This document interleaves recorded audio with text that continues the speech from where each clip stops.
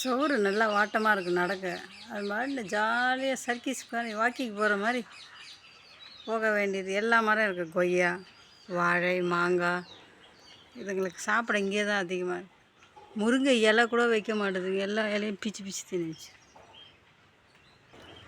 எங்கே சார் வரீங்க? மாங்காய் வேண்ட வரக்கூடாது. அங்கே போகிற சீட்டு மேலே ஒன்று ஏறிக்குது, சிமெண்ட் சீட்டு மேலே. அது போது